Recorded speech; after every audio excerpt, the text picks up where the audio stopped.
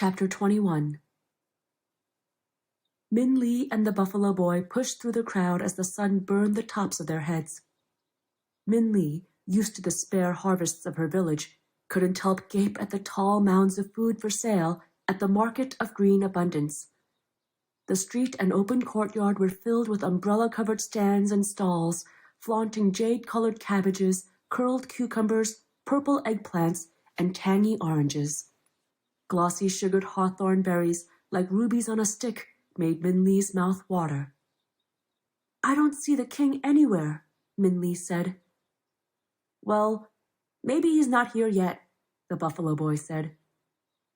"I don't know if I'll find him here," Min Lee said. Now, in the daylight, the Buffalo Boy's friend didn't seem as extraordinary. What would the king be doing at a street market anyway? "She said he'd be here, so he will," the Buffalo Boy said, his mouth making a stubborn line. "Hey, get away from that!" a vendor yelled as the buffalo attempted to eat frosty green lettuce. The Buffalo Boy quickly pulled him away. "Get your buffalo out of here!" the vendor shouted, as red-faced as the radishes he was selling. "I better take him away," the Buffalo Boy said, pulling the buffalo's head away from the arrays of tempting food. "He's hungry. I should take him to pasture." "I'll stay here," Min Lee said. "You don't need to look for the king with me." "Okay," the boy said. "If you need a place to stay tonight, you know where my hut is. If not, maybe I'll see you around. Good luck." "Thanks," Min Lee said, but as he carelessly waved goodbye, she realized that she might not see him again. Before he disappeared from sight, she grabbed the last coin out of her bag and ran to him. "Wait," Min Lee said. "Here, take this." "No," the boy laughed. "I don't need that. You keep it." "But," Min Lee started, but he had already turned around. "Goodbye," she heard him call, and the buffalo snorted a farewell as well. Min Lee smiled wryly to herself. Now what? Min Lee thought, as she wandered past stalls, weaving around merchants and customers. How am I supposed to find the king here? "Please spare a piece of fruit for an old man," a voice creaked. Min Lee turned around and saw a wrinkled, poor man begging at a peach stand. He was dirty and bent, and his clothes looked as if they were made from rags used to wash floors. "Please," he begged the peach vendor, "I'm so thirsty. One small peach, your smallest." "Go away, old man," the fat vendor said. "No money, no peach." "Please," the beggar said again, weakly. "Pity a tired old man." "Get away from here, you worthless beggar," the vendor spat out, "or I'll call the guards on you." The vendor's loud voice had attracted attention from passers-by, and a small crowd began to form in front of the peach stand. "It's disgraceful to treat an old man like that," someone murmured. "Just give him a peach." "All of you are so generous with my property," the vendor glared at the crowd. "If you care so much, buy him a peach." As Min Lee watched the beggar's hands outstretched and shaking with hunger, she felt a sharp pang inside her. It reminded her of Ba, reaching out with his last chopstickful of rice for her fish.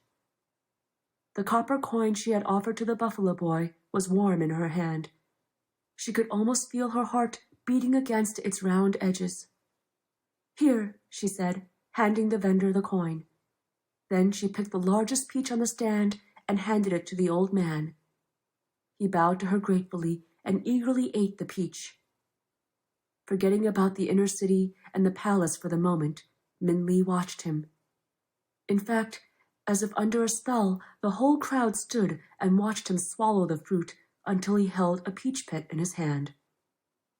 "Thank you," the beggar said in a much stronger voice, and he bowed to the onlooking people. "The peach was so delicious. I wish for all of you to be able to taste it. If you would humor an old man and stay a little while, I'll share my good fortune." The old man took a small stick out of his pocket and bent down. In the dirt next to the black bricks, he dug a small hole and planted his peach pit.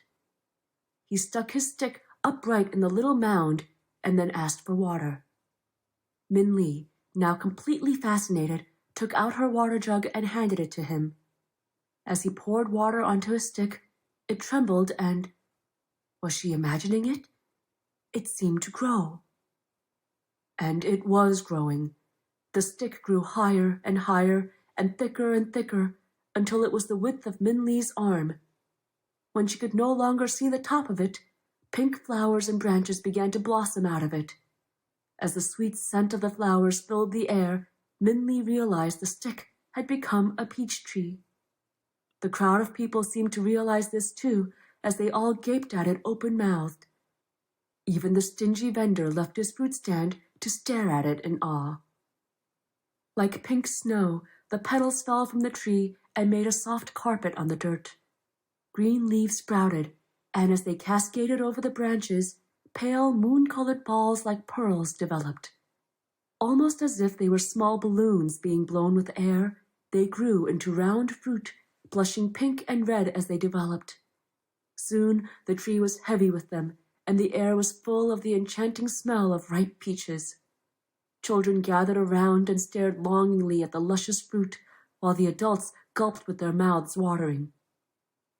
Finally, the old man reached up, plucked a peach from the tree, and handed it to one of the people in the crowd. "Please," he said, waving his hand, "help yourself." The crowd needed no other urging. Young children climbed the tree and passed down the fruit, while the taller adults simply stretched and grabbed. A boy with a tired horse climbed onto its back to reach an especially red peach that called him. Before long, everyone's mouths were full of soft, sweet peach flesh and groans of delight. Even the peach vendor, his stand forgotten, stood under the tree with his eyes closed contentedly and peach juice dribbling out of his mouth. Min Li, however, didn't join in the feast of peaches. "If I hadn't been eating peaches all the way to the city," Min Li said to herself, "I'd be the first one climbing the tree." But, as she was slightly tired of peaches, Min Li saw what no one else did. She noticed that every time someone plucked a peach from the tree, a peach from the fruit stand disappeared. "The beggar is using the vendor's peaches for his tree." Min Li laughed to herself as she glanced at him through the fruit-eating crowd. He was watching with an amused look, and suddenly Min Li saw that the beggar wasn't really that old at all. He must be a magician. Maybe he can help me get into the inner city. Min Li edged toward him. As she weaved her way to him, the last peach was picked from the tree, and the leaves and branches began to disappear. The tree trunk seemed to shrivel into itself, and it grew thinner and shorter. The crowd had finished their peaches, and the ground was littered with peach pits. When Min Li finally reached the beggar, the tiny twig of the tree vanished underneath the pile of peach pits, and the beggar was turning to leave. "Wait," Min Li said, and grabbed his arm.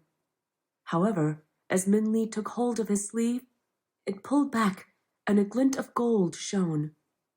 Hastily, the beggar pushed back his sleeve, but the quick glance was enough for Min Li to see that he wore a gold bracelet in the shape of a dragon.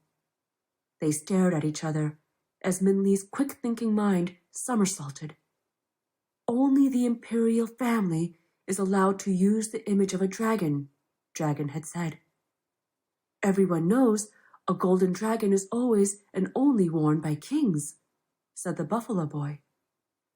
The words flashed in her mind, and Min Li could scarcely breathe. "You're wearing a dragon," Min Li gasped. "Only the is allowed to wear a golden dragon. You must be...